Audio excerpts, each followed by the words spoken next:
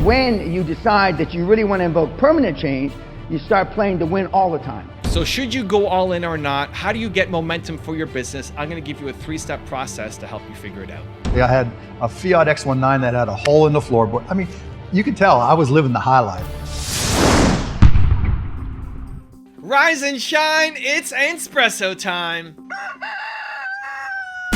I wake up every morning. Espresso keep me going. I wake up every morning.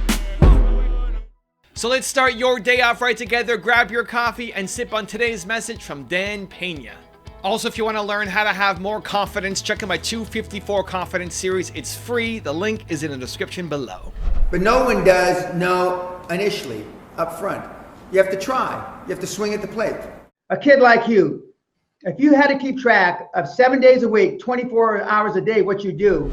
A number of you have started a business at one time in your life. The first 50,000 or 100,000 euros in revenue when you start is geometric growth. So everybody that has ever started a business that generated any income, that's geometric growth because it's starting from ground zero to the first 50, 100. Everybody with me? Okay. What happens? You stop playing to win and you start playing not to lose. When you decide that you really want to invoke permanent change, you start playing to win all the time. And nobody preaches that. They say keep 6 months of reserve in your bank account, right? In case you lose your job. That's a common bull.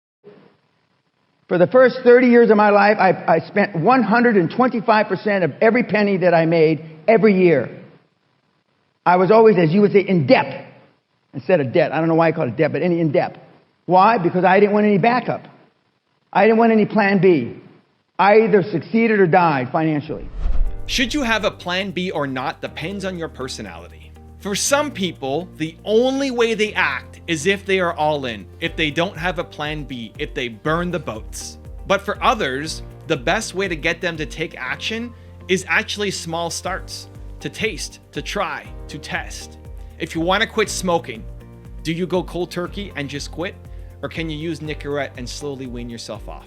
Both strategies can work, but it depends on your personality. The same thing applies in business.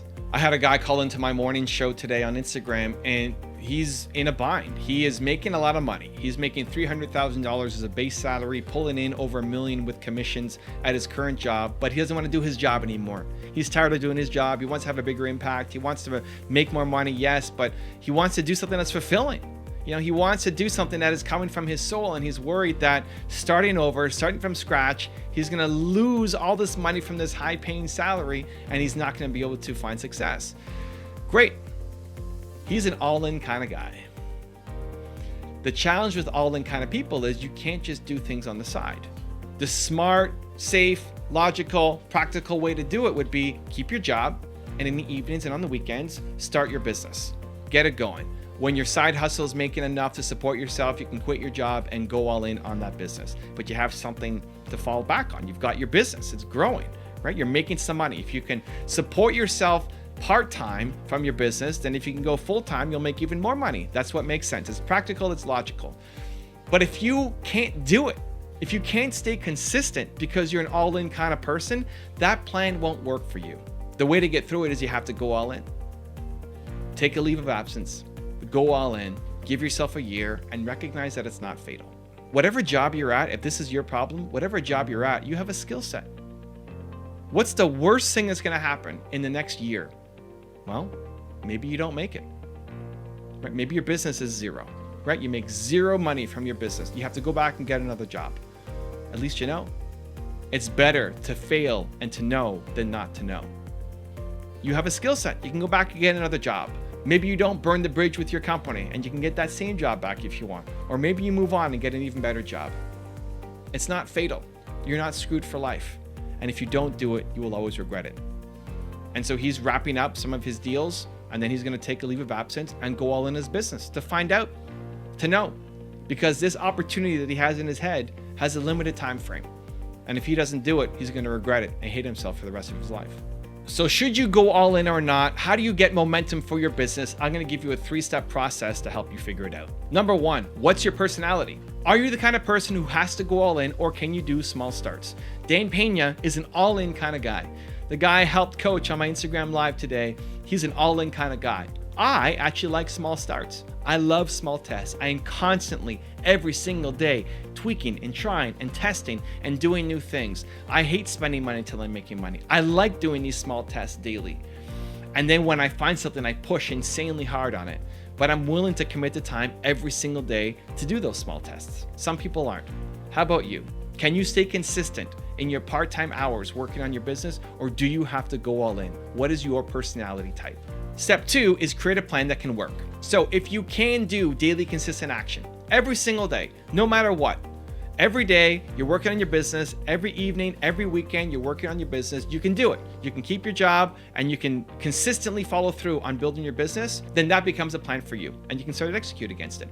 If you know that it's just not gonna work for you, you're just not gonna stay consistent unless you're all in, then you have to create a window for yourself that you can go hard, push hard, and create your business. That may mean you take a leave of absence. Give yourself a year. You give yourself a year and say, I'm gonna go off and do this thing for 1 year. I need to know if this thing is gonna work or not. I don't wanna be 85 years old looking back on my life. I know that I had an opportunity to do something and I was afraid and I stopped. Don't be that person. You don't wanna be that person.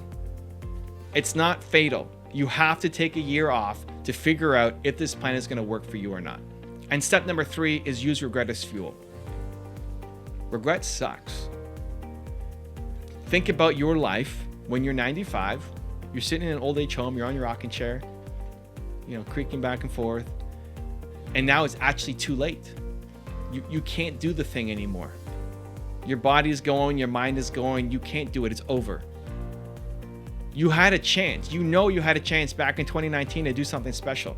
You had a chance. You could have done something. And you didn't because you were afraid.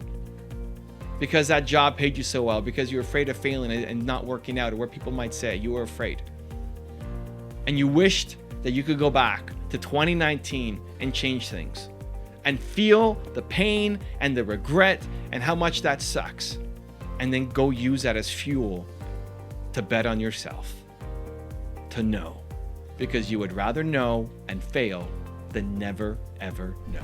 Now, I've got a really special bonus clip that I think you're going to enjoy. But before that, question of the day, I want to know, are you an all-in kind of person or not? Let me know in the comments below. I had a Fiat X19 that had a hole in the floorboard. I mean, you could tell I was living the high life, right? I mean, and I was putting in oil every 60 miles and, working as a bartender at night. What did I have to lose? Right. And so it wasn't like, oh man, I can lose all this. And so, yeah. And so it was just like, you just go for it.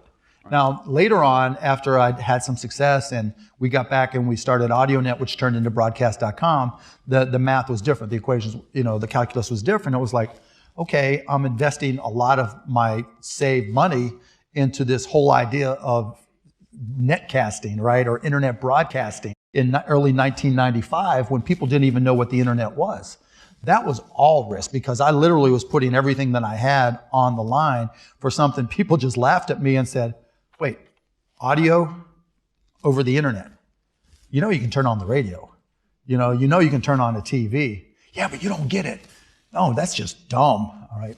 And so being able to overcome all that resistance, because remember back then, A, you had to have a PC.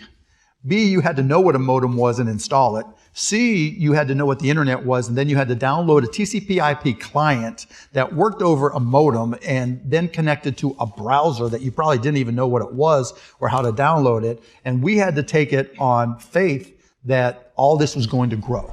If you want to learn how to be tough like Dan Pena, check out the video right there next to me. I think you'll enjoy it. Continue to believe, and I'll see you there. Why are all these guys that changed the world got one thing in common? They're tough as nails.